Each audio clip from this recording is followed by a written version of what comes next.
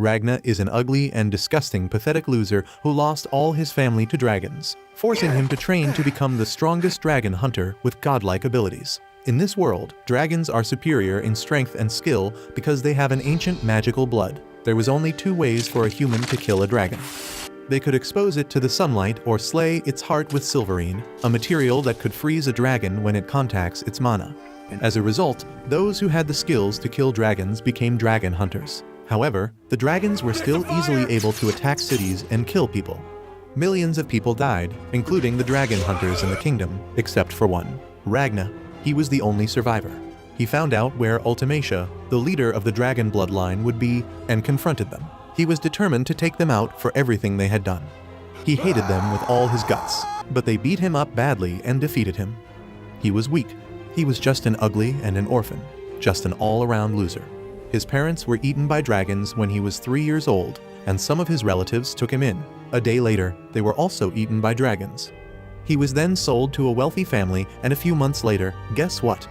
Dragons appeared and ate them too. In the end, not only did he become homeless, but he even started to get bullied. After all, dragons appeared whenever he was around and killed everyone except him. It was as if he was cursed to watch everyone he cared about die. And after 8 years, he was still cursed. Sure, he was defeated by the bloodline, but he was still alive, which made him want to die. Even the dragons wanted to clap him, but Ultimacia stopped them. She knew Ragna's past and how many times he survived against dragons. She believed it was God's will, and if it was God's will, then it could only mean one thing. God wants Ragna as its new servant. Ultimacia makes a blade of her blood and stabs him. She explains that he will now forget everything because from now on, Ragna will become a dragon. Ragna screams in pain as the dragon's blood starts mixing with his body, making him feel as if he's burning up from inside. But that's not all. All his memories, fears, and hatred are slowly fading away, until one person comes to his mind. Her name is Leonica. He met her when he was getting bullied, and she saved him by defeating the bullies. She introduced herself as a dragon hunter and asked him to join her. He was scared that she would die too and he'd be left alone again. But she assured him that she was stronger than dragons, so she wouldn't die. Only the weak die. Ragna had finally found someone who would survive with him. They teamed up and went dragon hunting together. But Leonica was doing most of the work since Ragna was a coward. She owned the inferior dragons for years and became the best dragon hunter in their city. She also became Ragna's hero. He no longer thought he was cursed, and it was all thanks to her. So, he dedicated himself to taking care of her. He was still a weakling, but he wanted to be a useful weakling to his hero. He even trained in secret, though he didn't have the talent for dragon hunting.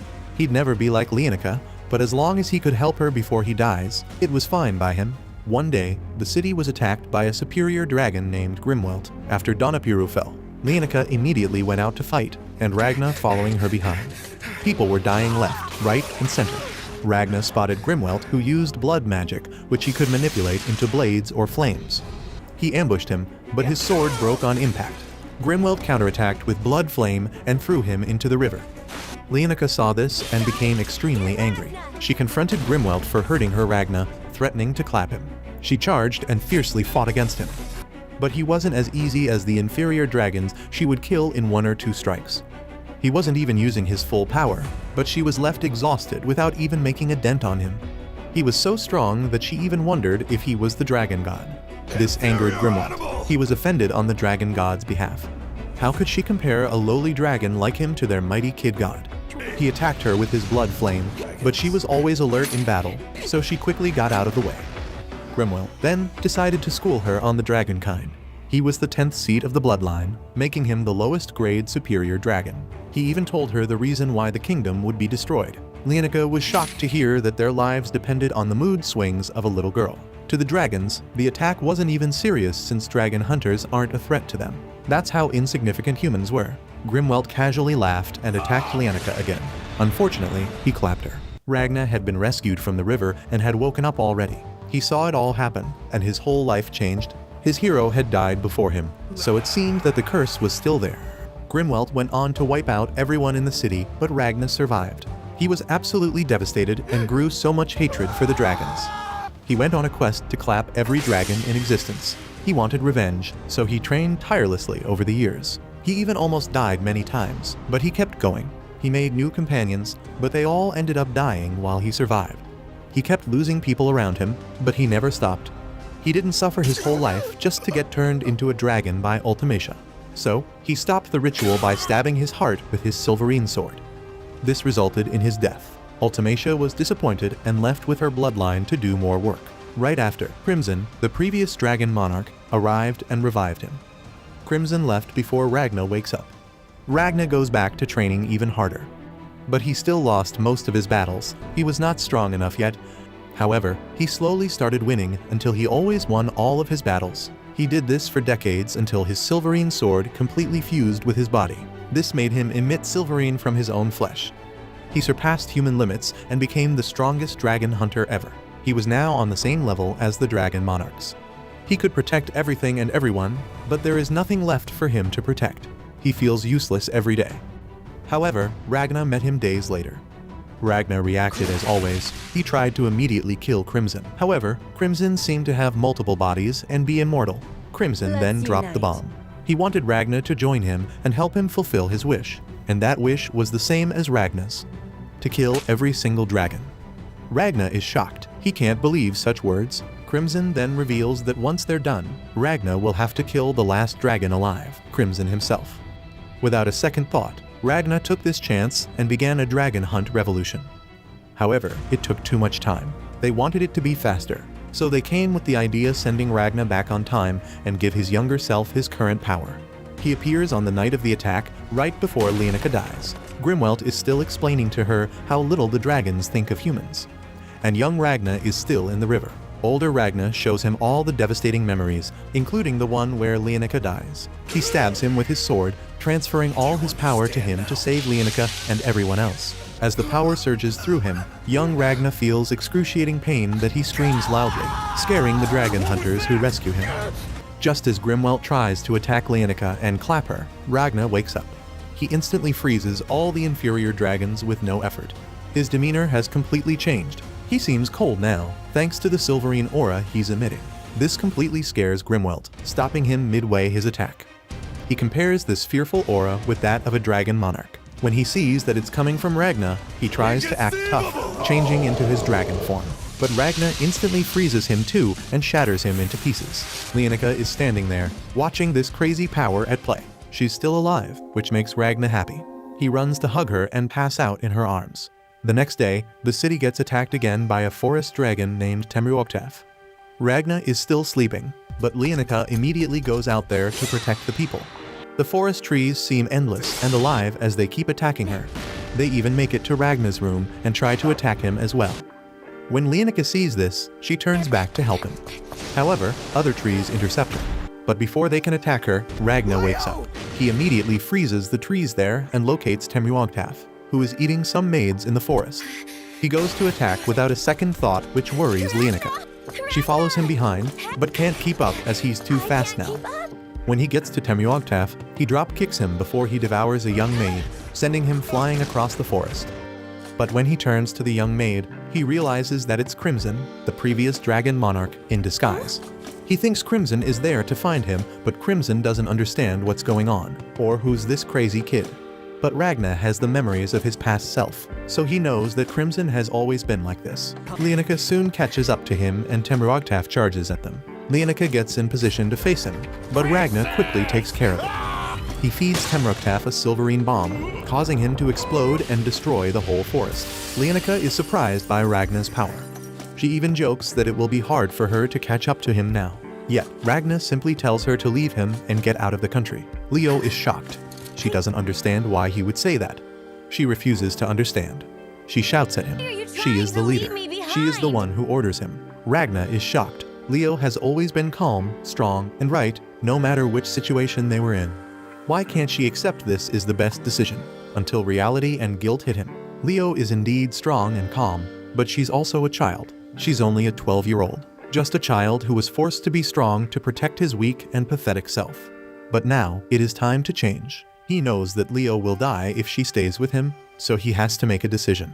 And so, he decides to save her by repeating the same words she used to save him. The weak die. Leo starts to tear down. She doesn't want to be separated from him. She bursts into a rage, thinking she can prove her own strength by attacking him. Yet, the sword of the once strongest dragon hunter is stopped by one of Ragna's fingers. He makes her leave the country with the other dragon hunters and watches her go while crying. After watching Leonica leave the country, Ragna turns to him. Crimson wants to go home, but Ragna keeps insisting that he's the previous dragon monarch. But that doesn't make sense because he's still alive despite being in contact with the sunlight. Ragna easily explains Crimson hasn't died yet because he's no longer the winged monarch. Crimson shrugs this off and walks away. Right then, Ragna suddenly collapses due to a high fever, which forces Crimson to stay because Ragna saved him earlier. Ragna later wakes up and Crimson asks him about the dragons destroying the kingdom. Ragna explains that this is the reason they need to act now. They need to slay the winged monarch who leads them, Ultimacia. Crimson can't believe this. It sounds like a joke. But Ragna isn't joking around. Their future selves managed to do it, so it's possible. This time, however, they will do it even faster because they have already met. Crimson turns around and thinks about how Ragna knows so much about him. He wonders about the future that he keeps mentioning because to him, it hasn't happened yet. He actually finds it entertaining. While Ragna was unconscious, he analyzed his body and found that it's fused with a silver sword. Ragna can generate silverine and his potential is astronomical. Crimson is sly and scheming, so he's secretly excited to test out this newfound method of clapping dragons. He then turns to Ragna, still pretending to be an innocent little girl. Suddenly, they see some inferior dragons as they fly nearby. They are headed toward Leonica's group and Ragna can't have that. He picks Crimson up and runs in the same direction as well, asking Crimson for orders. Crimson tells him to obliterate the dragons, and Ragna does just that by kicking down one of the dragons, causing all of them to stop. He then unleashes his silverine, creating several swords around him and sending them to impale a dragon before it can attack him. The dragon freezes. One of the swords flies towards Crimson, and he catches it. He inspects it and notices that it's nothing special. If anything, it's trash. However, it can still freeze a dragon with just a touch, thanks to Ragna's power. It can also clap superior dragons even in the hands mid-tier dragon hunters. Crimson realizes that Ragna's power is beyond what he imagined. It's too deep. If he could control an army using these swords, he would own these dragons. Right after, he vomits out some slime and orders it to do its job.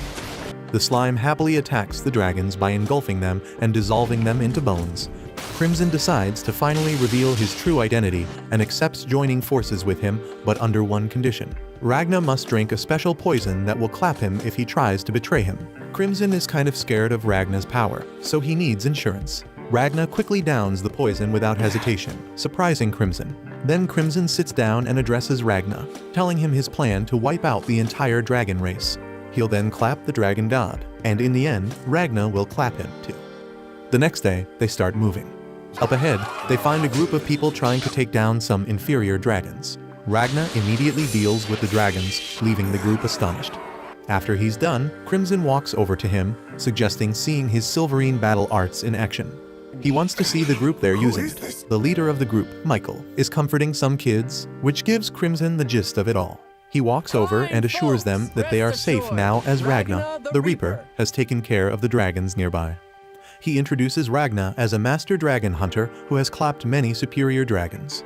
This isn't true, of course, but they don't need to know that, and lucky for him, they believe this and even refer to Ragna as the Reaper. Michael introduces himself and gets onto his knees to beg the duo for help.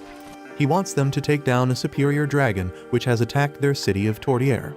They had to run away from there when they were suddenly hit by a massive tornado. It was unleashed by a wind using superior dragon named Desaz-Toi, the third seat of the winged bloodline. Crimson knows the dragon and explains how he uses the wind to hide himself. Ragna becomes motivated to go and confront Desaz-Toi right away, but Crimson stops and slightly pushes him to the ground.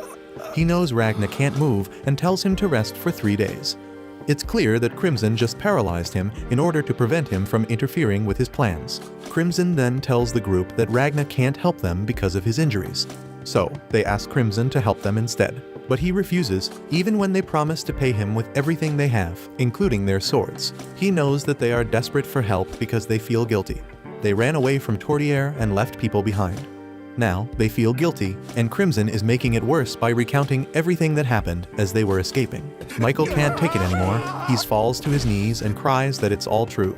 But he's too weak to do anything about it. If he had the power Ragna and Crimson have, he would protect everyone. And that's what Crimson wants to hear. He presents him with a sword as the power he needs to clap dragons. Michael accepts the sword with the other dragon hunters behind him in support. Crimson now has people he can control in battle. Mission accomplished.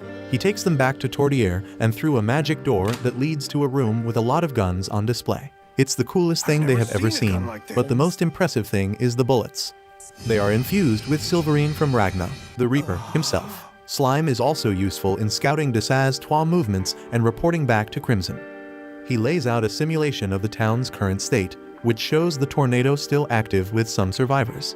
Crimson realizes that Desaz-Trois is just killing time because he was ordered to stand by in this city. He then comes up with a plan before the crack of dawn. He riles up the dragon hunters with a motivational speech and they get pumped. They leave and find Desaz-Trois shortly after. Crimson uses a loudspeaker to taunt him and insults to the winged monarch. Desaz-Trois gets annoyed that Crimson insulted Ultimacia. He gets enraged so much that he starts chasing them, and that's exactly what Crimson wants. He keeps driving east as the sun starts to slowly show on the horizon. He increases the speed of the vehicle, but Desaz-Trois is on their tail. They open fire, rapidly weakening Desaz-Trois tornado. Soon, they drive under a bridge, causing the tornado to suddenly stop and break open. Desaz-Trois is thrown out as the sun is rising. Ragna has infused the bridge with his Silverine, which helped the tornado break open. Desaz-Trois is left confused, and before he knows it, Slime, in the form of a giant hand, grabs him and sticks him onto a gigantic silver arrow. Desaz-Trois has never been this confused in his life. Everything happened so fast, and now he's freezing from the arrow that's being held in place by 5 knights. He tries to summon his wind, but he can't. He also can't melt the arrow since his magic is weak now. The knights steadily hold the arrow as the sun has fully risen to help him burn. He cries in pain from the cold of the Silverine and heat of the sun. Suddenly, the ground where the arrow is gets uprooted by some force. It falls down, taking Desaz-Trois and the knights with it. The arrow has broken in half and the head is in Desaz-Trois' chest. He's now free and enraged. He tries to remove the arrowhead from his chest with his back turned to his enemies. And that's a big mistake because Crimson runs him over with the vehicle, breaking him into pieces. He's then set ablaze, burned, and decapitated.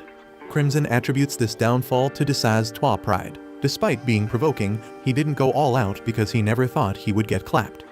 Unfortunately, his negligence was just as dangerous as Silverine and Sunlight. After the battle, Crimson gives the dragon hunters and survivors food, vehicles, and weapons to leave the city. As they are about to leave, he casts a spell to make them forget about him. He then turns around and disappears. Michael thanks Ragna for his help, and Ragna commends him and the others for bringing down the dragon, making them happy. They shake hands and the dragon hunters group leaves. After, Crimson pulls out a radio from his witch's hat and listens to the announcement being broadcasted. It says that there's a dragon attack at the border, and all citizens must evacuate to the capital where it's safe. No one should go near the border no matter what. Ragna thinks this is a trap. They are trying to prevent people from escaping the country by gathering them at the capital. So, they head to the capital and manage to sneak into the old district, a place closer to the palace. Crimson disguises himself as a woman named Veronica and leaves Slime in charge of a sick Ragna who can't stand large crowds. He promises to be back in 2 hours and asks Ragna to stay out of trouble. He then walks away, mixing with the crowd and thinking about the population in city. Despite the refugee influx, the number of people on the streets is low. Their only feasible explanation is that they're reducing the numbers without anyone noticing. He finds one of his servants, Golem, and get the latest intel. His other servant, Chimera, arrives as well. Crimson briefs them with his plan to make Ragna face Ultimacia. He needs them to work together to make this work. Meanwhile, outside, Ragna and Slime find a crowd gathered around a raised tarp. There are military officers there who take down the tarp and reveal frozen dragons. The dragons then burn, signifying the capital's safety and their efforts to swat off danger. This hypes the crowd up, but Ragna knows it's just a trick, and he knows exactly who's making them do it. He starts walking away when he suddenly passes by Ultimacia disguised as a regular citizen. Ultimacia also notices him and turns to ask if he's okay. He immediately becomes alert and anxious for spotting his enemy. He feels the urge to slice her up right then, but Crimson ordered him not to do it even though he'd win one-on-one. He wants to wait for Crimson and the others, and he knows Ultimacia has her superior dragons, Nebulum and Bogius, on watch, so he decides to walk away. Just as he does, Nebulum shows up to check on Ultimacia. He immediately becomes suspicious of Ragna because he looks like a dragon hunter. Ultimacia tells him that Ragna is just sick because of the crowd, which is something he can relate to. When he becomes sick too and vomits, Ragna uses this chance to disappear from there. Crimson and his servants, on the other hand, analyze a footage of Ultimacia. She's in the palace with the king and time seems to have stopped. Because of this, she's not visible in the footage until the king is attacked and she heals him. Crimson explains that Ultimacia suddenly appears at that point because she can't stop time and rewind it at once. She either has to stop it or rewind it, which is a weakness. If they ambush and clap her, she'd rewind time on herself to heal. And because she wouldn't be able to stop time while doing that, they'd just clap her again, making her rewind time again. This would repeat until she has exhausted all her magic, meaning she would expire and die. The problem is that Nebulum and Borgias would interfere. That's where Chimera and Gollum come in. They must ensure that Ragna finishes the job with no interference. Meanwhile, Ragna is walking in an alley, wondering if he made the right decision by not fighting Ultimacia. He has a hallucination of Crimson telling him that he did the right thing. But still, he feels like he must put an end to Ultimacia right away. He asks Slime to contact and inform Crimson that he has found his target before leaving. Slime calls Crimson and reports that Ragna has betrayed them. Ragna goes back to where Ultimacia is. She's helping a kid reunite with his parents and casually asks Nebulum if the family is on the list to disappear. Ragna overhears this, and Nebulum explains that his method makes them disappear without a trace or suffering. Ultimacia becomes happy to hear this, calling it true salvation. All of this sickens Ragna, and he goes over to them to swiftly paralyzes Nebulum with his sword. Ultimacia doesn't catch on right away. She only notices when Nebulum crumbles to pieces. That's when she realizes that Ragna is an enemy. She removes her disguise and tries to stop time, but Ragna rushes her and slices her up, clapping her immediately. She rewinds time on herself, but he quickly punches her to bits right away, clapping her again. They repeat this again while Crimson and the others hear the commotion outside.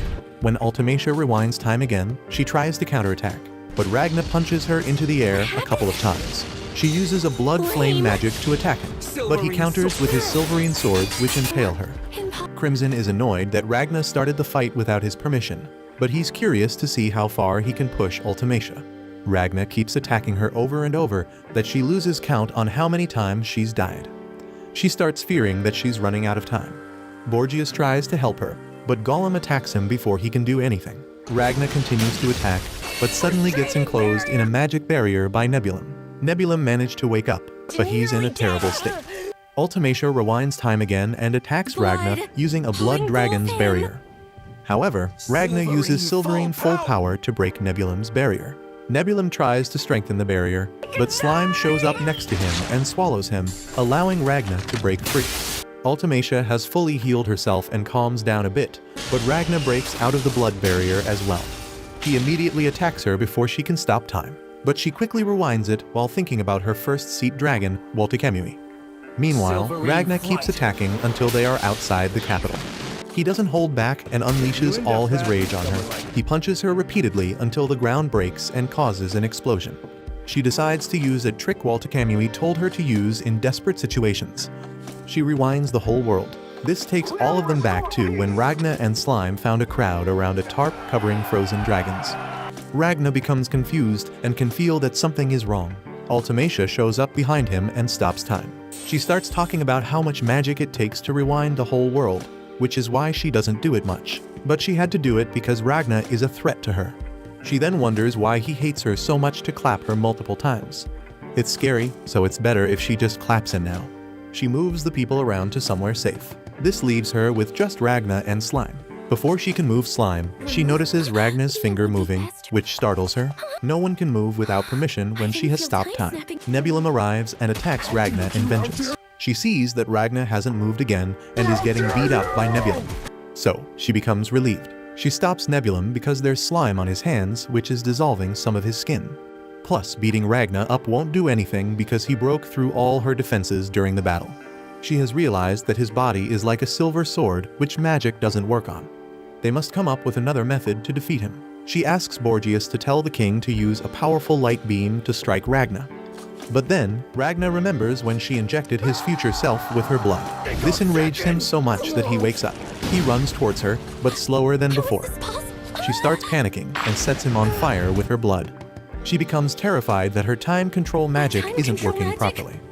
All those with her blood can move, she just chooses who shouldn't. Ragna once had her blood in the future too, so he can also move because he wasn't exempted from it. Of course, she doesn't know this because it's a different timeline. As Ragna keeps running towards her, Nebulum uses a barrier to protect her. But Ragna smashes through it and reaches her, scaring her out of her wits. He then cuts her up in pieces. She rewinds time on herself, causing time to resume as normal. He charges at her again, and Nebulum shields her with his body, bracing for the attack. But he suddenly stops and starts bleeding from his face. This is a result of overexerting himself and his powers too much. He falls to the ground and bleeds even more. Right then, the king shoots the beam at Ragna after Nebulum leaves the area with Ultimacia.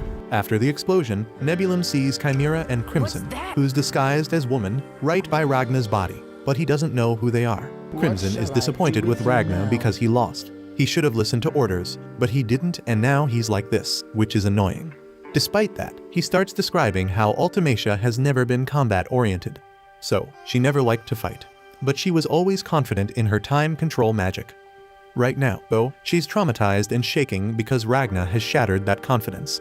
He wonders if she'll use her magic one more time to take care of Ragna once and for all. She's still panicking, thinking that there's something wrong with her magic, but she finally decides to use it and try to stop time again. Crimson wanted this. He detonates multiple bombs Golem has placed around the area and injure many people, which distracts Ultimacia. He's doing this to break her even more. And it works. She panics, not understanding what is happening. If she wants to save everyone, she will have to rewind the world. So, she tries to do that, but Nebulum stops her because it will exhaust all her magic. Crimson gets annoyed with this and leaves with Ragna on Chimera's back. They go back to his globe chamber, a teleportation room connected to different points on Earth and the Moon. He wants to leave the country and recuperate, but Ragna wakes up and refuses to leave. He insists that he won't leave without clapping Ultimacia. Crimson tries to calm him down and commend him for doing a good job. Now he needs to rest, but he refuses this. He forces himself up and activates his Silverine battle arts. Crimson orders Chimera to restrain him. He then steps on his head, complaining about the technique. It might damage his teleportation room, but it's too late for that. There's already a crack on the wall, and Nebulum sees it from outside, pinpointing their location. Crimson can't believe it. He tries to open the door, but it doesn't open. Nebulum becomes determined to destroy the room and drag them out of there, which angers Crimson. He orders Golem to clap them, and Golem shoots at Nebulum. Nebulum asks Borgias for help and Borgias fires at Golem. Ragna continues to resist Chimera's restraints. He breaks free and becomes determined to destroy all the dragons outside. Crimson is shocked and mad at Ragna for helping their enemy ruin his plan. But Ragna doesn't care, he just powers up more. Fortunately, they manage to escape the teleportation room through an emergency exit and end up at Lyse's military base. Crimson gets taken to the commander of the Royal Army's Special Corps and second princess of the kingdom, Starlia Lyse. He knows everything about her, and he hates her. She was born with no arms, but her eyes can see the aura emitted by all things, and that aura allows her to move anything using only her mind. The first thing she controlled was a silverware set and got nicknamed the Silverware Princess.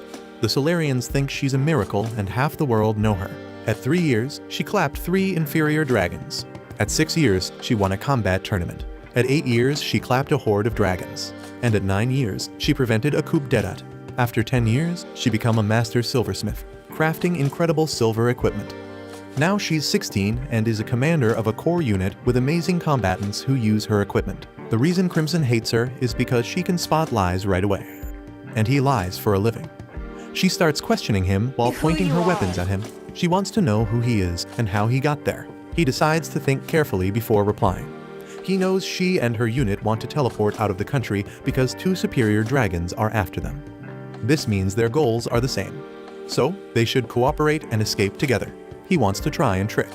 She can see aura changing based on emotions and determine people's sincerity. If he acts sincere by mixing some truth into his lies, he should be able to trick her.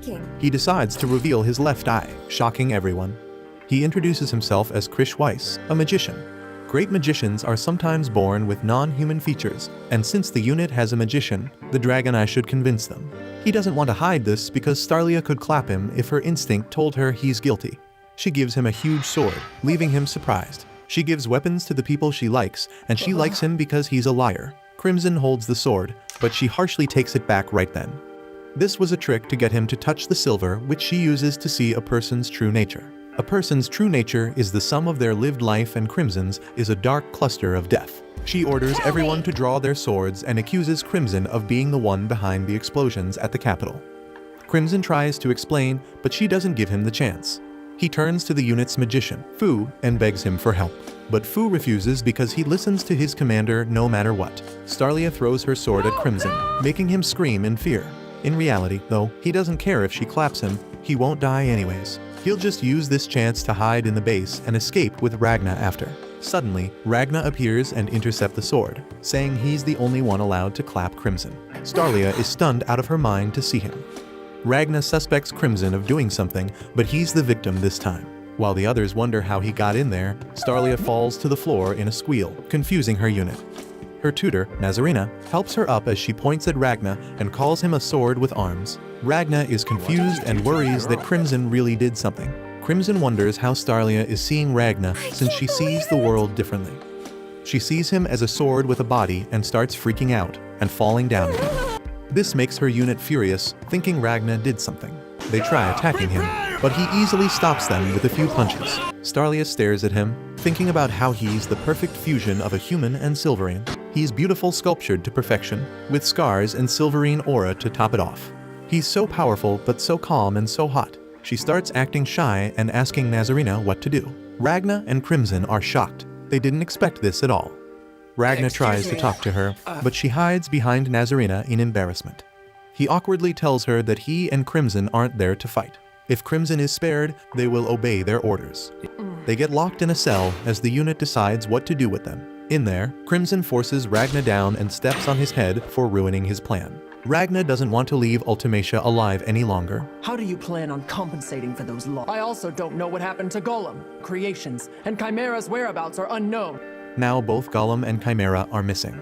He must compensate for all of this. Ragna says that he will compensate by clapping Ultimacia, which annoys Crimson.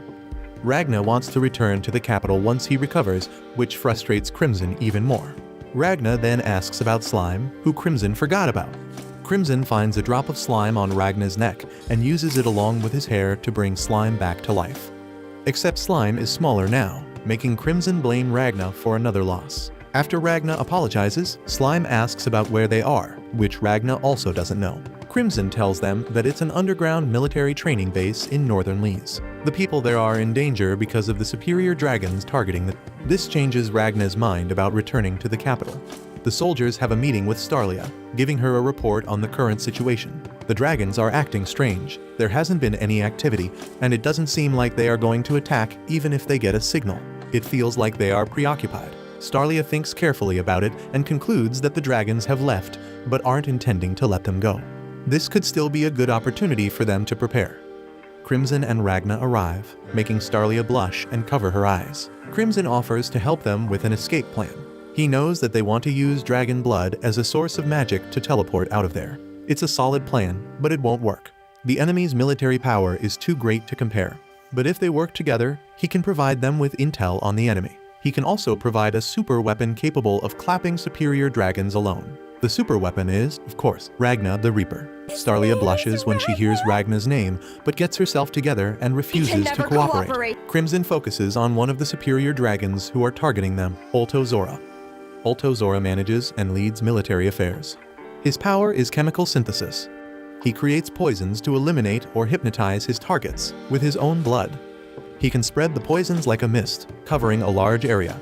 Luckily, the poisons can be neutralized by sunlight and Silverine. This information can help them fight against him, even though his army's power will be multiplied due to the poisons and hypnosis. Starlia and her unit are suspicious of this information, but Crimson reminds them that if he was lying, Starlia would know. He also makes Ragna convince her because she likes him. Ragna is not sure he can do it, but he tries because he wants to help the people there. Back in the cell, Crimson told him that he calculated that at least 10,000 dragons and the 13th seat, led by Ulto Zora and Terectra, will attack them. The base has only 1850 people in personnel and civilians, which means everyone will die. Crimson asked him to forget about Ultimacia for now so they can escape the country. He will use everything he has, including Ragna himself, to make sure everyone escapes. Ragna manages to convince Starlia that despite how terrible Crimson is, there's nothing he wants more than to kill all dragons. That's why he teamed up with him. And as the world's best dragon hunter, He wants Starlia to use him because he can help her. Starlia is beyond happy that her first love is asking her to use him, but she remains professional and agrees to work together. Crimson is satisfied with this and wants to modify the plan based on his intel. Starlia doesn't care for him, she just wants him to simply provide information, and she will do everything else. Crimson sarcastically agrees and warns her not to mess up. He then briefs her that the dragons suddenly stopped activity because he and Ragna fought Ultimacia in the capital. This is probably why they rushed there. Back there, Walter Camui shows Ultimacia Michael's head as the one who clapped Desaz-Trois. He found and clapped Michael, who told him that the Reaper would come for him, before dying. At the base, Ragna's power is tested. He infuses a sword with Silverine, and Ike tests it out by cutting one of Starlia's swords. It successfully slices halfway through the sword, leaving everyone impressed. Ragna explains that the effect won't last long because the swords deteriorate over time. But because Starlia's swords are high quality, there's nothing to worry about. Starlia then decides to have all the weapons infused with Ragna's Silverine. In the base's teleportation room, Fu and his team are having a hard time with the magic circles and the amount of magic they need. They need more than 15 inferior dragons' blood to transport just one person. Even if they kill all the dragons which will attack them, the blood will still not be enough for all 1850 people. They need to do more experiments, but there's no time. Crimson appears and offers to lend a hand. Fu doesn't trust him, but he won't refuse. Meanwhile, Starlia talks to Ragna in private. She gives him 3 swords from her disposal because there's no time to make him a special one. She then tells him that after the battle, she wants to join the Solarians and become a Dragon Scourge. She knows she won't be able to take care of over 1,000 people once they escape the country. If she joins the Solarians, they will help protect her people. But she might die in the battle. And when that happens, she wants Ragna to join the Solarians in her place and help her people. She begs him. Unfortunately, Ragna refuses because he doesn't like the religion. She shouldn't act like her death is predetermined. But she explains that her intuition has been telling her that she's fated to die ever since the war started. She then becomes assertive and points out that Ragna asked her to use him. That makes him her subordinate, and as her subordinate, he must obey her orders. This leaves Ragna is impressed. He never thinks about dying during battles, and when he does, he thinks it's okay if it happens. Starlia, on the other hand, is fully prepared for the worst, making her more capable than him. Her willpower is so incredible that it shines, reminding him of Leonica. These are the people he has always wanted to survive. He decides to transfer his power into the 3 swords and tells Starlia to become the Dragon Scourge because he'll protect her. The sun starts to set, and the unit waits for the enemy to arrive. After it has set, Ultozora appears and starts attacking the base with tentacle-like roots coming from the ground. He has broken the barriers Starlia set in the ground, but the base will be able to withstand it. However, right then, Terictra arrives through the sky and immediately plummets towards the base. When Starlia sees this, she remembers a tip from Crimson to counter this attack. The impact causes minimal damage and Terictra gets thrown back a distance, shocking Ultozora. Terictra tells him that he was countered as he was about to collide with base, intensifying the shock. Ragna was the one who counterattacked. He stands at a distance from where Terictra has fallen. He's holding 2 swords overflowing with Silverine that they glow. Ultozora thinks he could the Reaper, but Terictra tells him that the Silverine isn't coming from his body, only from his swords. So, they don't start freaking out and calling Walter Camui. Terictra then focuses on Ragna, who refuses to give him his name because he hates talking to dragons. Terictra suggests they talk through their strength instead. Meanwhile, Crimson goes to brief the citizens about the superior dragons and how they reach maturity. The talented ones reach maturity faster, and Terictra took 10 years, which means he doesn't have much talent. Even he knows this, but he compensates with the power he obtained while he was still human. He's even giving Ragna a hard time and blasting him with blood fire. No matter how much Ragna cuts him, he remains intact. Ragna lets go of one of the swords and takes off one of his gloves to infuse his hand with the sword. The sword starts releasing an immense amount of power. Terictra prepares to use all his strength as well and see who will win between him and Ragna. Ragna uses the Dragon Slayer strike, while Terictra uses the seismic cannon. The 2 attacks intensely collide, causing a huge explosion of fire and silver. It goes quiet for a bit and Ultozora starts to worry about Terictra, but becomes relieved when he hears his voice. Having won against Ragna, Ragna is just lying there unconscious. Slime, who is on his head, tries to wake him up, but doesn't succeed. Ultozora still worries that Ragna could be the Reaper, but Terictra is sure that if he was, they would know. So, they can just finish him off right now. Terictra goes over to crush Ragna with his foot as Slime continues to wake him up. Ragna wakes up and dodges in time, surprising Terictra and Ultozora. He survived by transferring his consciousness from his body to his sword. Otherwise, he would have died. Terictra summons some inferior dragons to deal with Ragna because he's no longer a threat to him. Ragna defends himself in frustration that Terictra is looking down on him. He's beat up and exhausted to the point of coughing up blood, but still wants to fight Terictra, who's leaving. Ragna tries to stop him because they are supposed to be talking through their strengths. Terictra knows that they have talked enough for him to understand that Ragna is stronger. He would have won if his sword could withstand his power. After, Ultozora instructs Terictra to go to Starlia's location and blasts her with his cannon. Ragna doesn't give up on trying to stop him, but the inferior dragons are endless. He's too exhausted, injured, and on his knee. However, they don't stop coming.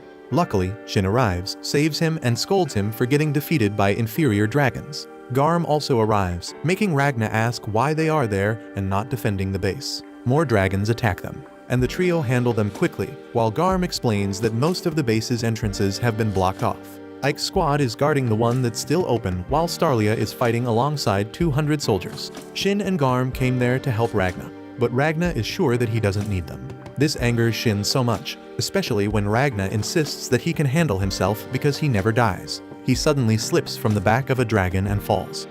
Shin uses a powerful move and eliminates several dragons in order to clear the way to Ragna. He yells at him that they all have a duty to clap as many dragons as possible to escape. That's why Ragna wants to be the one to do it. Shin and the others can go hide in the base and let him cook. This angers Shin even more. He challenges him to a duel. He has lost all the other duels they had, but now he's determined to show him that he's not a coward. Ragna is confused by the sudden duel during a battle, but Shin doesn't give him the chance to protest. He charges him head-on, forcing him to defend. Ragna is unprepared and underperforms, so Shin wins, almost slicing his head off. He grabs him by the hair and tells him that this battle is theirs to fight. No matter his reasons or how strong he is, they won't let him come from wherever and act like a hero. Ragna is left shocked as Shin walks over to Garm. Right then, Slime, who has transferred from Ragna to Shin's head, tells Shin that he knows where Terictra has escaped to. The three of them start walking to find and give him hell. While that's happening, Starlia erects a cage using her barrier arts. She was lured out into the dark forest by Ultozora to gain advantage over her, but she's confident that she can simply turn the forest into her territory. She thinks she can pull it off because the magic circle is almost ready. All they have to do is continue clapping dragons and surviving until they can teleport. Unfortunately, Ultozora has figured out their plan. He knows they're trying to teleport using dragon's magic. Starlia scans the dark forest. Since she sees everything with their auras, she sees the dragons as black masses which stand out from everything else. The forest, however, is completely dark, so she can't see what the dragons are doing in there. But she can see a horde of zombies that Ultozora has created coming in. The zombies are innocent people who will delay their plan. Ultozora figured that their magic circle is configured to teleport everyone in its effect area at once. So, he's doubling their numbers to make them work 2 times harder to collect dragon magic. Starlia becomes frustrated and orders her squad to look out for any abnormalities in the forest and attack. But before she can finish talking, they get ambushed from above, yet she manages to block it with a barrier. Many experienced low and mid dragons start using specific attacks from their superior creators. This means these dragons are as strong as the superior dragons, and there's 40 of them. Starlia tries to take control of the situation and direct her squad on how to fight, but it all proves to be challenging. While that happens, Ultozora witnesses as the dragon's magic gets absorbed by the teleportation team. The absorption circle seems to be 2 kilometers wide, which is suspiciously big for a developing country like Lee's to achieve. He wonders who else could be involved and remembers that Nebulum saw a woman next to Ragna's body the other day. She used a much more powerful barrier magic than him, and maybe she's involved. However, Ultozora is confident that they can win, but he worries that there are things which might bring the possibility of a loss. All of that doesn't matter, though, as long as they capture Starlia. Maybe there's a possibility that she might lose hope and teleport on her own. To prevent this, he needs to take control of the magic circle in the base. Meanwhile, Ike is having a hard time defending the base. His soldiers on the front line suddenly got eliminated, and he didn't see how it happened. He's confused, but he knows that the dragon they are facing is responsible. It suddenly arrived and the barrier was disabled, leaving a bunch of the soldiers dead. It then starts approaching, prompting him to order his squad to retreat while the firing squad covers them. It's a mature dragon that can use magic. Crimson once said that since Ultimacia can control time, there might be mature dragons with the same ability as well. Ike prepares to fight as the firing squad opens fire at the dragon. But it stops time and releases powerful energy bursts which clap more soldiers and knock Ike down. He doesn't know what to do because he can't block an attack outside of his reality. However, he becomes motivated and picks up his swords and runs towards the dragon.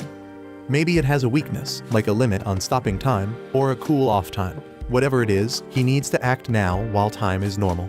The dragon hits him with another burst of energies, but he defends against them and grazes it on the shoulder. It jumps back and tries to stop time again. But Crimson arrives, making it confuse him with Ultimacia. Crimson throws a ball at it, confusing it even more. It isn't sure if it should catch the ball. So, it stops times which activates the ball, causing it to explode like a flashbang and emit a lot of sunlight. It starts burning and screaming in pain until it has turned into ashes. After that, time resumes like normal. Ike and the others are confused as they deal with the effects of the blinding sunlight.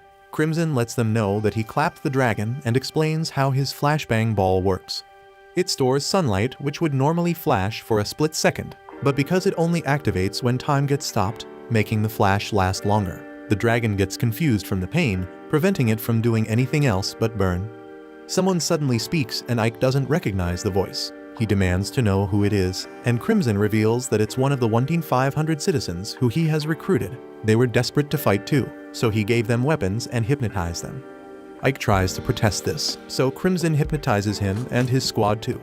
He found out that Ulto Zora figured out their plan and is sabotaging it. He needed to come up with a quick backup plan.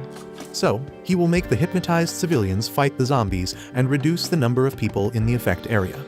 Suddenly, they feel as the 13th seat of the winged bloodline tries to knock down a wall to the teleportation room. He gets hit by barriers everywhere which frustrates and makes him scream. His scream annoys Fu, who's nearby, trying to sleep. The 13th seat asks to be taken to the magic circle in return of a peaceful death to Fu. But Fu is not in the mood for this, he just wants to clap the dragon. Earlier before the battle, he had told Stralia that the median and mature dragon's blood has 100 times more magic for the teleportation. The 13th seat will be a great addition to this. He unleashes his non-human arm's power, defeats the dragon, and absorbs all its magic. He feels satisfied with his work, but his team suddenly starts beating him up, claiming he has lost control to his non-human arm. Crimson witnesses all of this and is impressed with Fu's power. Now he's interested in this unit, and he wants to take control of them with minimal damage. Right then, some of Ulto Zora's roots break into the area, but the hypnotized civilians quickly take care of them. Crimson then tells all of them to hurry and leave. Back in the forest, the battle continues. Starlia and her squad are overwhelmed. Wind-using dragons are toying with their air force and knocking them to their feet. Starlia launches some of the soldiers into the air to break some of the dragon's barrier and attack them. One of the dragons launches itself into Starlia's cage and wound her when she least expects it. Ulto Zora expected her to fail anyways because she was at a disadvantage due to her lack of experience in large-scale battles. She was commanding the defense and offense without realizing how exhausting it is. He then starts thinking the party is over, but Terictra warns him about Ragna, Shin and Garm who are on his tail. He has already lost a third of his army, but he still believes they will eventually win if they increase their numbers. Ragna and the others can't seem to be getting any closer to Terictra because the inferior dragons keep increasing. They are exhausted with no time to catch their breath. And Ragna looks like he's dying, but is still on his feet, running forward and slicing up the dragons. He's not stopping for anything, which motivates Shin to keep up too. On the inside, he's in extreme pain, he can't even breathe, he's cold, and he just wants to stop. But he knows he can't because he wants to protect everyone all by himself. What Shin said to him about playing the hero really got to him, but it also made him somewhat relieved. However, that's weakness. Suddenly, the trio come to a stop in front of a horde of dragons. Ragna immediately charges forward and takes them down, impressing Shin and Garm. Even though he looks dead, his techniques are insanely sharp. Ulto Zora realizes that he miscalculated. Ragna is crazy persistence, but he starts feeling strange. It's as if defeat is near, and he's too desperate. Just like his future self was. But that's fine because he has already learned so much about the flow of aura, Silverine and Dragons' magical power. Silverine was created to resist magic. so it will cut through and freeze all magical power no matter what. As more dragons approach, he uses the seconds before they reach him to refine his Silverine's freezing ability. He's now more powerful from both his power and the experience of his future self. All he needs to do is use his imagination and let the Silverine flow from the tip of his sword as he swings it once. The Silverine flows out and eliminates all the dragons at once without the sword even touching them. Meanwhile, Terratectra gets annoyed with Ragna's persistent. He worries that it will motivate the others around too. But Ultozora thinks it doesn't matter because Starlia is almost done for. She's on the ground wounded and unable to move. Some dragons try to attack her, but one of the soldiers, Christopher, comes to her rescue. She tells him to head northwest, so he picks her up and gets on it. Before this, Starlia had asked Crimson for help to locate Ultozora. Crimson thought it was dangerous, but he still estimated that Ultozora was within 1 kilometer of the base. With this information, Starlia was able to deduce that Terratectra dragged Ragna away from Ultozora's location. Crimson also told her that Ultozora can grow eyes around him to see about 2 kilometers away. So, he must be located at an area which gives him the widest view of the base. Starlia sharpens her senses in that direction to narrow down the area and finds Ultozora.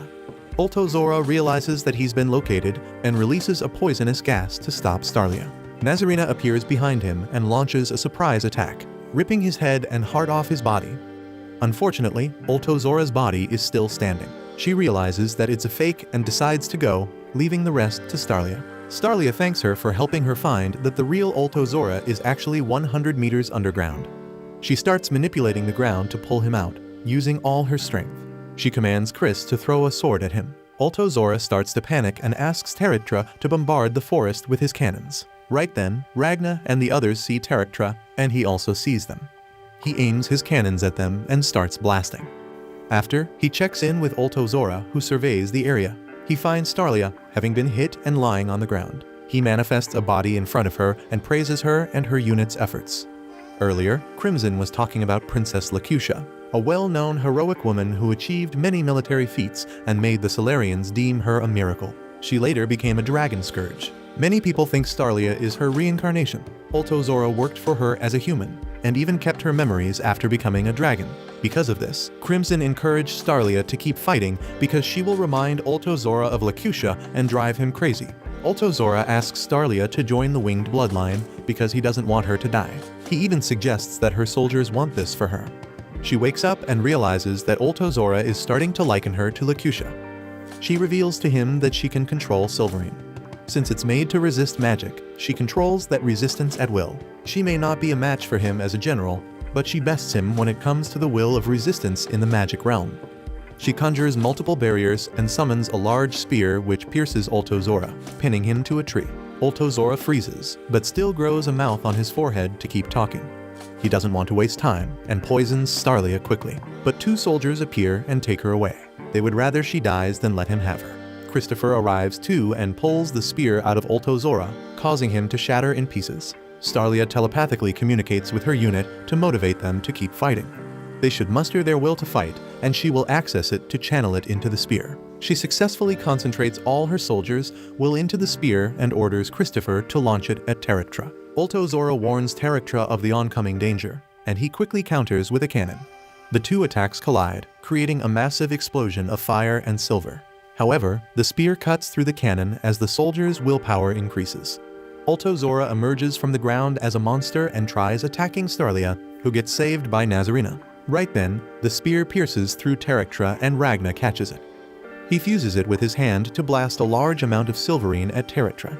Terratectra prepares to use the cannon, but it's too late. After, Ragna falls onto Slime and worries that Terratectra exploded himself right when he was about to be engulfed by the Silverine. So, he asks Slime to take him to Terratectra again to finish the job. Ultozora, on the other hand, panics and starts calling out to Terratectra, scared that he might have died. Terratectra replies that he's about to die, but he wants to take out the enemy in the process. So, Ultozora sadly orders him to explode again and make his death count. They bid their byes and Ultozora moves away from the area. Terratectra concentrates all his power into his final move, causing a massive explosion. Luckily, Ragna arrives in time to intercept the explosion and blocks it with an enormous amount of Silverine. In the distance, the soldiers notice Terratectra's explosion, and Starlia tells them that Ragna is containing it. If he fails, they are all dead. Ragnar continues to expel his Silverine, but the explosion pushes him back. He wants to increase his power, but his sword will break into pieces. Starlia can see this and realizes that the problem is her sword. She feels so defeated, but she doesn't want to give up so easily. So, she leaves her body and consciously goes to support Ragnar. She places her hand on his to strengthen the sword and make it last a little bit longer. She asks Ragnar to use every ounce of his strength. Ragnar feels her support from her hand, making him feel the warmth of her team's determination as well. Together, they concentrate their powers, increasing the surface area of the Silverine and freezing much of the explosion. Unluckily, the explosion engulfs the Silverine and burns even more, directed at just the two of them. Ragnar reveals that he has an ace up his sleeve. He and Starlia both let go of the sword as Ragnar reveals that he has a sword inside him. He wants Starlia to help him unleash his power. Somehow, she ends up seeing the memories of his lonely future self and becomes emotional. Ragnar uses his Silverine battle arts while she uses her Silverine shaping ability to help fully unleash his power. Ragnar reflects on how he must hunt all dragons on his own, or else he'll be weak and dependent on others. But now, he feels a fire burning in his heart, signifying a new hope.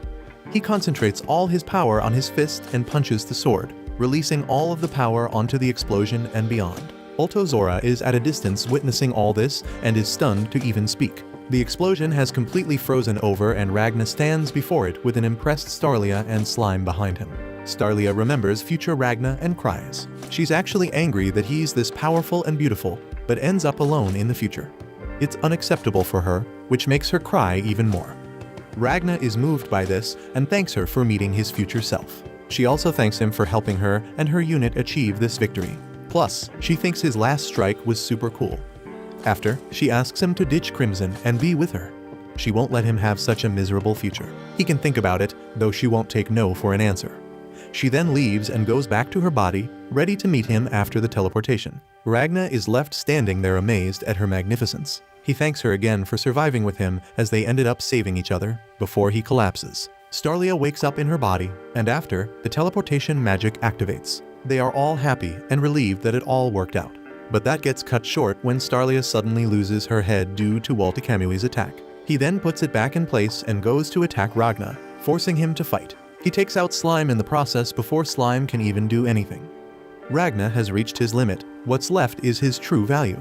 He needs to squeeze it out to continue fighting because he's reached the final boss. Back at the capital, Nebulum starts worrying because Waltakamui has left. Ultimacia lets him know that he has gone to join the fight. There's nothing to worry about because he won't lose to a weak enemy like Ragnar. Waltakamui and Ragnar start their battle. Earlier before, Crimson told Ragnar about the Clawed Monarch who doesn't share her blood with her followers. She gives them clawed weapons, and Waltakamui has stolen one of these claws. Because of this, Ragnar must not fight Waltakamui, but he has forgotten that, so he keeps fighting. Waltakamui is too fast. He attacks several times, leaving no opening. However, Ragnar holds his own and withstands the attacks, headbutting Waltakamui and severing his head. Waltakamui instantly regenerates and retaliates by tossing him to the ground. He also hits him with an electric shock, which drives him into the ground at an incredible speed. Ragnar gets up and uses his sword to return a blow. But Waltakamui breaks the sword and kicks him to the ground again. Before he can get up, Waltakamui attacks once more. Luckily, Ragnar blocks in time and counters with a piece of the sword and a ball of Silverine energy, cutting his hand. Waltakamui falls back and Ragnar concentrates Silverine in his hand to cut him with it when he comes closer. He pulls out another sword and throws it at Waltakamui, but it breaks on impact when Waltakamui brings out the claw. After, Ragnar falls to the ground, unable to move, even when he tries. He hears Starlia's voice and wakes up in an abandoned place. When he sees Starlia, he rushes to her and holds her by the shoulders, shouting her name over and over. He can't believe she's still alive, and she can't believe he's so close to her. She gets him away but asks him to call her by her nickname, Leah. Ragnar obliges, making her weak with butterflies. After, he expresses surprise that the teleportation worked and asks about the others. She leads him to them, but suddenly stops, saying that's as far as she goes. She has to attend to other things like forging a sword she's always wanted to forge. It's still unclear how it'll be like because the details are hazy. All she knows is that it's the Silver Comet sword. A silver comet passes in the sky, as she explains how it also passed a long time ago and became the origin of all silver. She wants to create a sword worthy of Ragnar. Suddenly, the ground underneath him crumbles and he falls through while she wishes to see him again. He screams for her and wakes up, revealing it was all a dream. He can still feel her, so he's relieved. He looks around and sees that he's bandaged up, with some soldiers sleeping in a tent. He goes outside and finds that he's in a camp in the same abandoned place from his dream. Slime is there too, trying to get the gloomy soldiers to stop being depressed over their loss. Ragna walks up to them, making Slime happy to see him.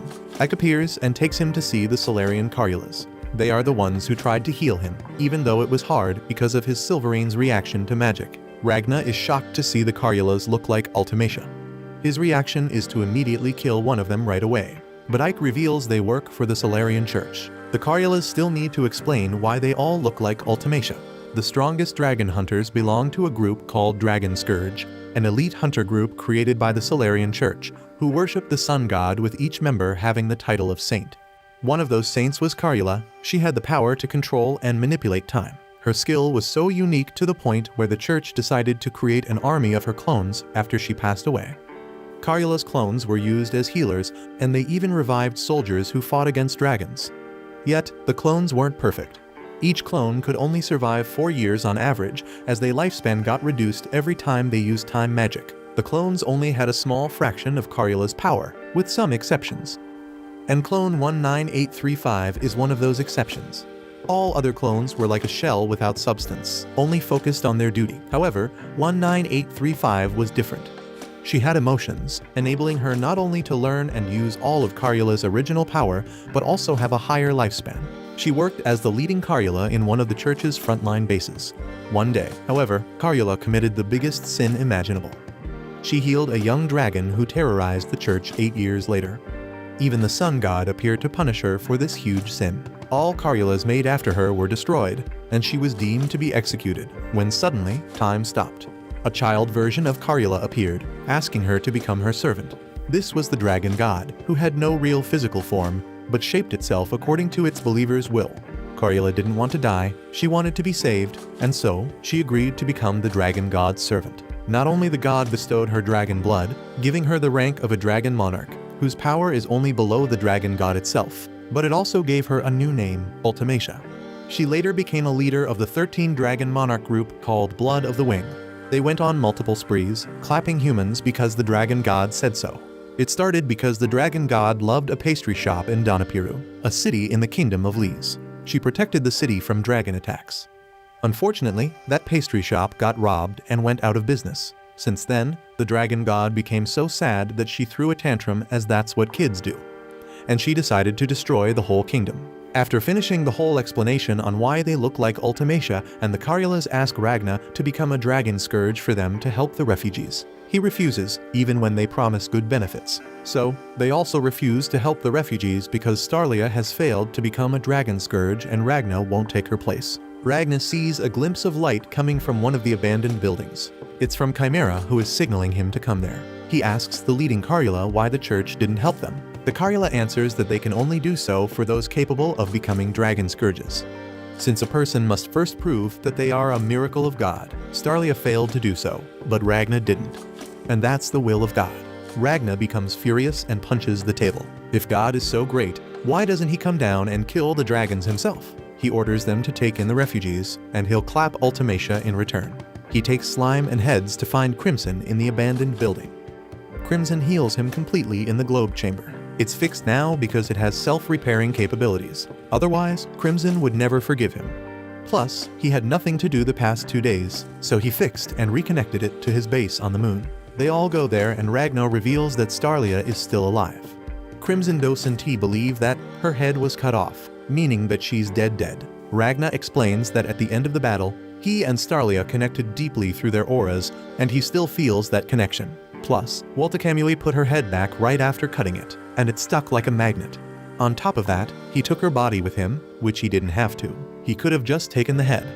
However, that still doesn't prove anything to Crimson. Ragna cuts him off, wishing he could have told the soldiers that Starlia is still alive, and he wants to see her again. So, he asks Crimson for help because the battle is not over yet.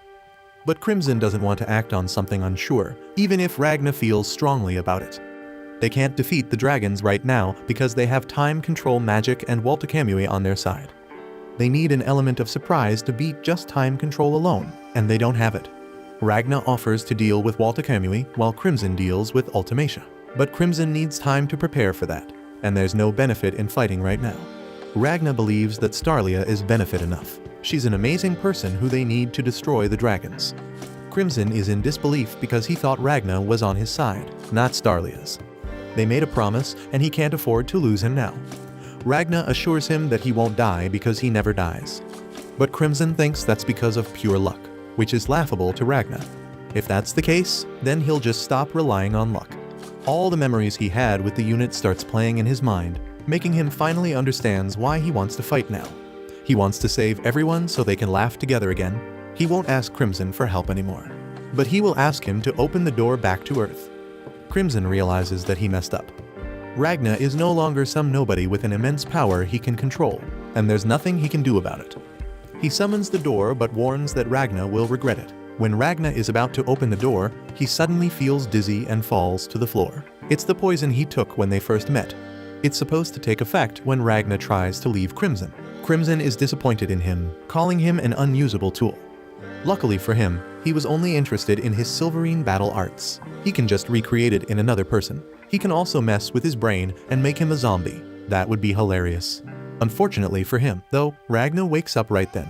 He's surprised that he's still alive because Crimson told him he'd die a painful death. Was he bluffing? Crimson denies this. He, too, doesn't understand why Ragna is still alive. He specifically used AI-powered gene-destroying nanomachines. Even if Ragna is half-sword, he should be half-dead at least. Crimson is so mad, and Ragna hits him on the head to calm him down, only to send him flying at the wall. He admits that he feels bad for breaking their promise, but Crimson's words don't move him at all. Chimera tries to jump him from behind, but he pins her down quickly. He recalls that when he first met Crimson in the future, he killed him and didn't see his heart in his body. He wants to know where it is because that's probably the reason his words don't have emotion. Starlia's unit managed to move him over and over because they put their lives on the line. Crimson Docent, he just schemes all the time. Besides, their chances of winning may be low but aren't zero. If Crimson can't take the challenge now, how will he wipe out all the bloodlines? Crimson is lost for words. Chimera transforms and tries to attack Ragna again, but he stops her and tells Ragna to do whatever he wants. Ragna leaves and Crimson goes to sleep. Ragna returns to the camp and finds the soldiers feeling better. They figured that Starlia is still alive. That's because Christopher's silver prosthetic arm can only move through her Silverine manipulation, and it's still moving. They want to go rescue her and Ragna is coming with them. Meanwhile, Starlia is with Waltakamui in the capital. She's still alive, and when she wakes up, she becomes confused. Waltakamui explains that the head will reconnect when you put it back right after cutting. But she has a poison mark on her neck which will activate and clap her if Ragna and her unit come to her rescue. The mark was left by Ultozora, who is being bitter for losing Terictra. Suddenly, Waltakamui's arm starts to freeze from the inside, quickly spreading to his body and forcing him to regenerate. This has been happening since the fight thanks to the scars Ragna left on him. That's another reason why he's keeping Starlia alive. He wants to fight Ragna again, but at his best, and he wants Starlia to help him become his best. Starlia reminds him that she'll die when Ragna gets there, and he confirms. That's why he wants her to make a sword for Ragna, which can withstand his claw before that time comes. Starlia decides to hurry and make the sword so she doesn't die with regret. Crimson, in the meantime, is in bed, depressed. He checks on the situation at the capital via satellite. He notices that the dragons seem to be in a hurry and speculates that could be because Ultimacia can't use her time control magic at the moment. This makes it the perfect time to attack. So, he gathers his servants and prepares for battle alongside Ragna and Starlia's unit. Ragna and the unit leave with the help of Fu and the Carulus. As soon as they appear at the capital, the mark on Starlia's neck activates and chokes her. This is how Waltakamui knows that the enemy is here. The soldiers start descending to the ground while noticing that the sun isn't rising due to Nebulum's barrier. Borgias notices them too and starts attacking. Waltakamui waits for Ragna.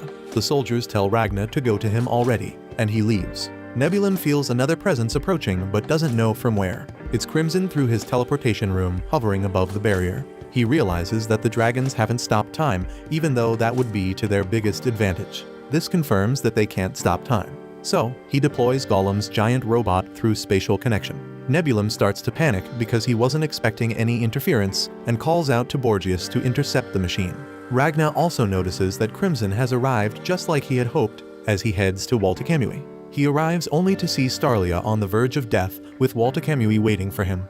He runs to her, and Walter Kamui decides to step back to let them say their goodbyes. Ragna takes Starlia in his arms and sees her terrible state as the poison runs all over her body.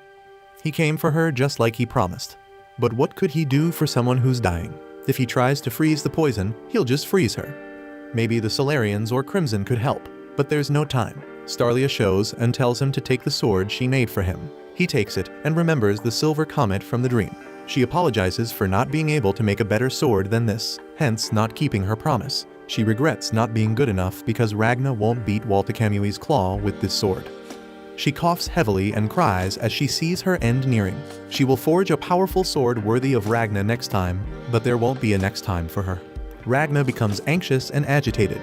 He wants both of them to survive and laugh together. But if that can't happen, he wants her to watch him as he fights. He promises to win using this sword and clap Walter Kamui. Even if she can't see him, he will shine so brightly that she will have no choice but to see him clearly. Nazarena arrives and takes her in her hands, letting Ragna begin his way to Walter Kamui. If Starlia dies, he'll be sad, but he'll also be happy to have met her. So, she must watch until the end because from this point on, he'll be stronger than his future self. Walter Kamui comes down and Ragna demands that he quickly turn into a dragon. But he wants to pick up from where they left off first and show him his claw. The claw can change its characteristics to suit the user, so it became a lightning claw when he grabbed it. It expands and transforms at lightning speed, demonstrating this as it becomes gigantic. It releases massive electrical shockwaves which destroy the ground. Ragna doesn't care for this, though. He just wants him to turn into a dragon already.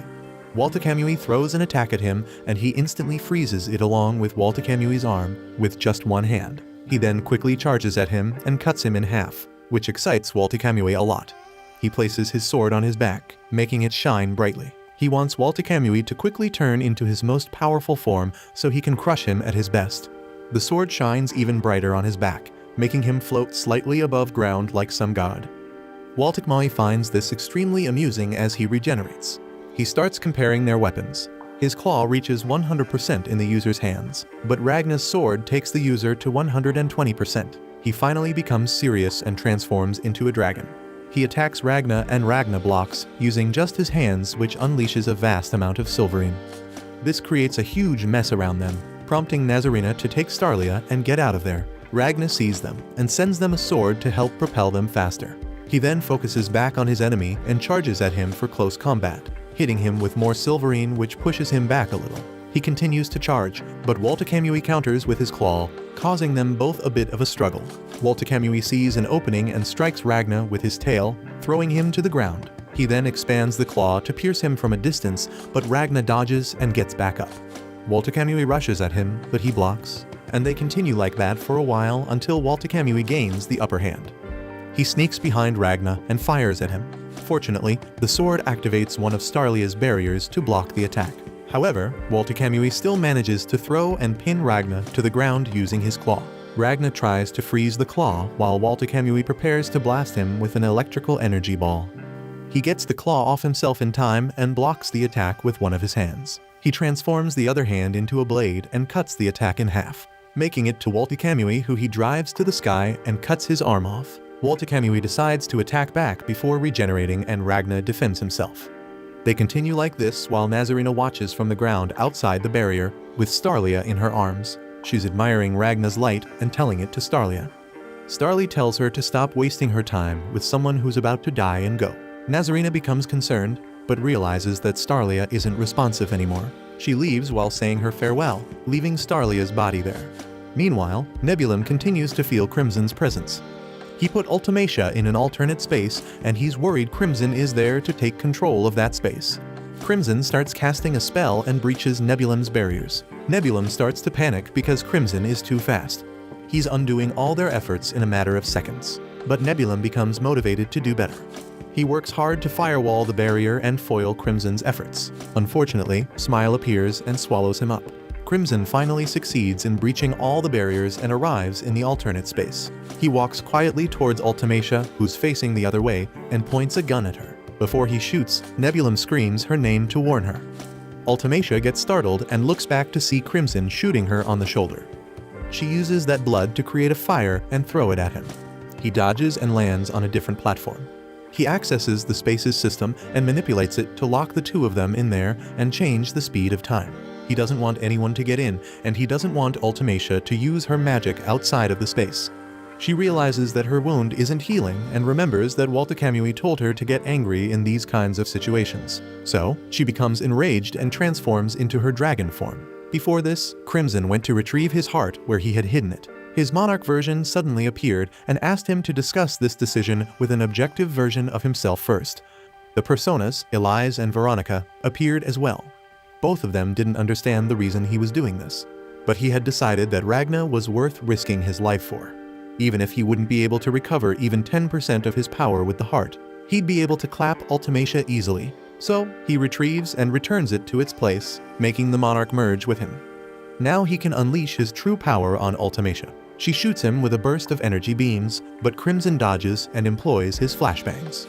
Because time is slow in this space, the balls only flash a little, causing Ultimecia to hide inside a shield. Crimson shoots at her, but the bullets bounce off the shield. She uses her tail to strike him, but he dodges and recounts how he created the bullets to clap himself with. They disrupt blood flow and render magic useless. And since he and Ultimecia use time control, their blood flow is similar, meaning that the bullets will work on her too. All he has to do is hit her heart and she's gone. He shoots another bullet, which he accelerates 50 times as the flashbangs illuminate a little again. This causes her to wince in pain, and the bullet hits her wing, shattering the shield in the process. This also knocks her off the platform, and she falls onto a broken pillar with Crimson following her behind. He accelerates another bullet as she cowers and lets out a tremendous burst of energy in fear. As the battle continues, Christopher and Fu take out Ulto Zora. But before he goes, he uses his secret weapon to clap them too. Ike goes over to him and freezes him quickly. Crimson continues his battle with Ultimecia and realizes that her energy bursts are too much. She may be the weakest monarch of all, but she has a huge amount of magic reserved. She can overpower most superior dragons just by intensely attacking at random, which is what she's doing to Crimson right now, making it hard for him to get close to her. So, he uses his psychic assault to make the space quiet, amplify his voice, and torture her. He doesn't think she's anything like Carula, which is why she's trying to become monster and feel special. She's just a clone. This alarms her, especially when he insults the dragon god as well. It literally made her destroy a country over a cake shop, and that's childish. He describes it the same way she sees it. A young Carula who looks just like her and her sisters who died because of her. Ultimecia starts panicking.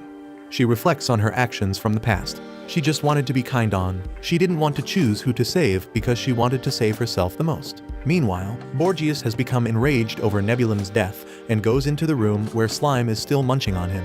He obliterates him along with the building, leaving behind the skeleton of Nebulim.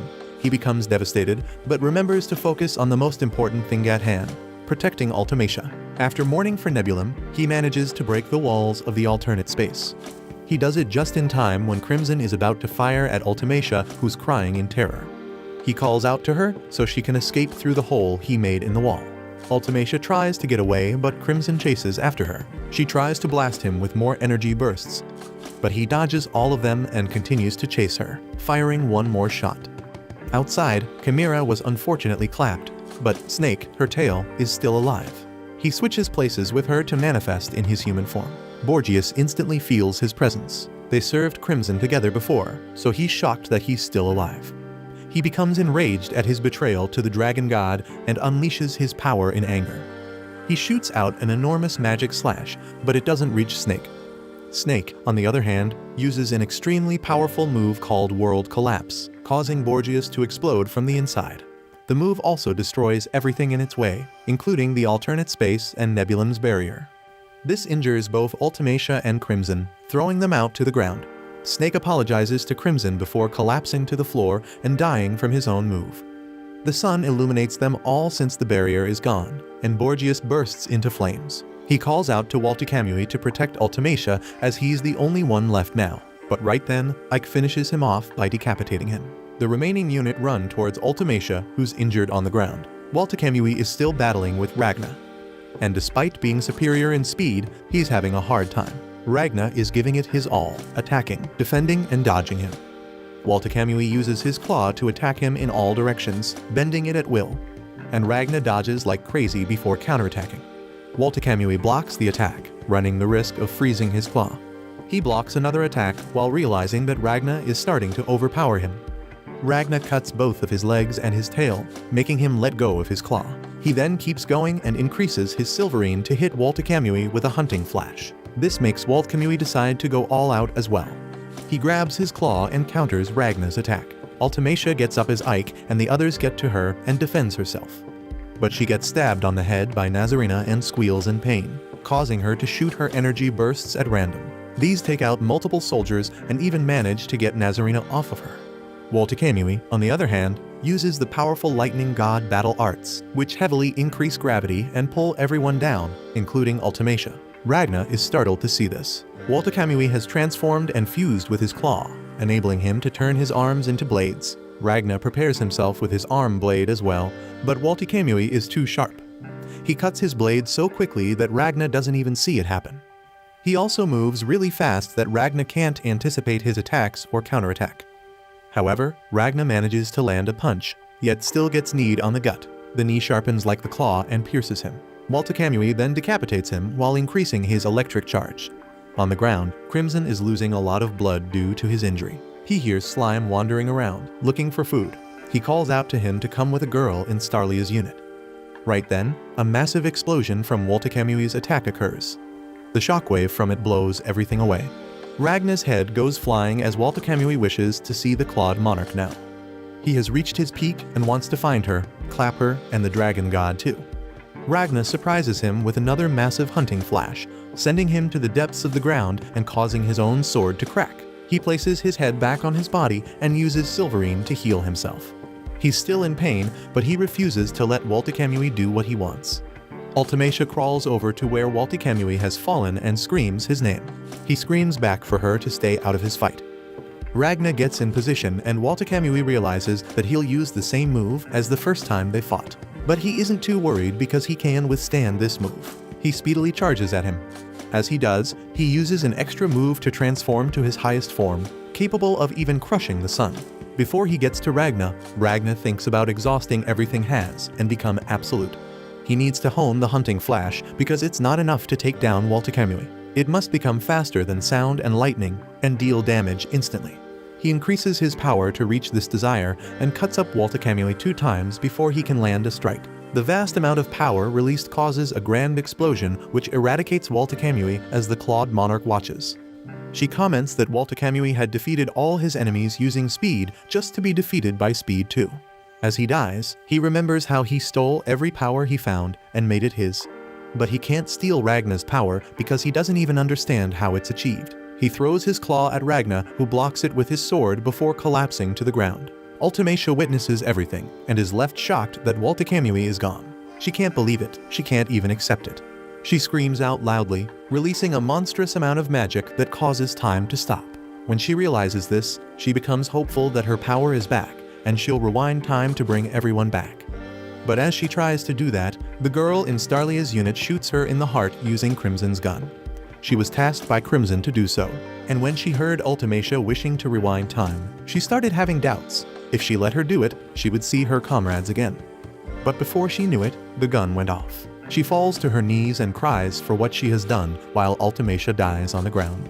After, Crimson locks his heart away again and sheds his monarch body to return to his usual one. The battlefield is quiet with the dead bodies of soldiers littered on the rubble. It's not a good-looking scene, not even for Crimson. Ragna is sitting there, holding on to the remaining piece of his sword and staring at it. He has a vision of his future self, asking if he feels regretful. He says no because he wouldn't have won without everyone. He does feel sad, though. His future self walks towards him and changes into Crimson, who asks if he'll quit because of sadness. He says no. He can endure sadness, but he will never stop clapping dragons, even if he does it alone. Crimson then wakes him up, and he wakes up to find himself in a pod. Crimson and Golem take him to a room where Starlia is sleeping. Nazarena, Slime, and Ike are there too. Crimson tells him that Starlia has been completely healed from Ultozora's poison. When Ike was about to end Ultozora in the battle, Ultozora gave him the antidote to the poison as a reward. So, she's physically fine, but she's in a coma. Ragna walks over to her bed. He remembers when she asked him to be with her because she didn't want him to end up miserable. He's so happy to see that she's alive and somewhat well. He cries, reassuring himself that she'll wake up one day and make him a sword just like she promised. Despite everything that's happened, a win is a win, and all of Starlia's soldiers, dead or alive, agree.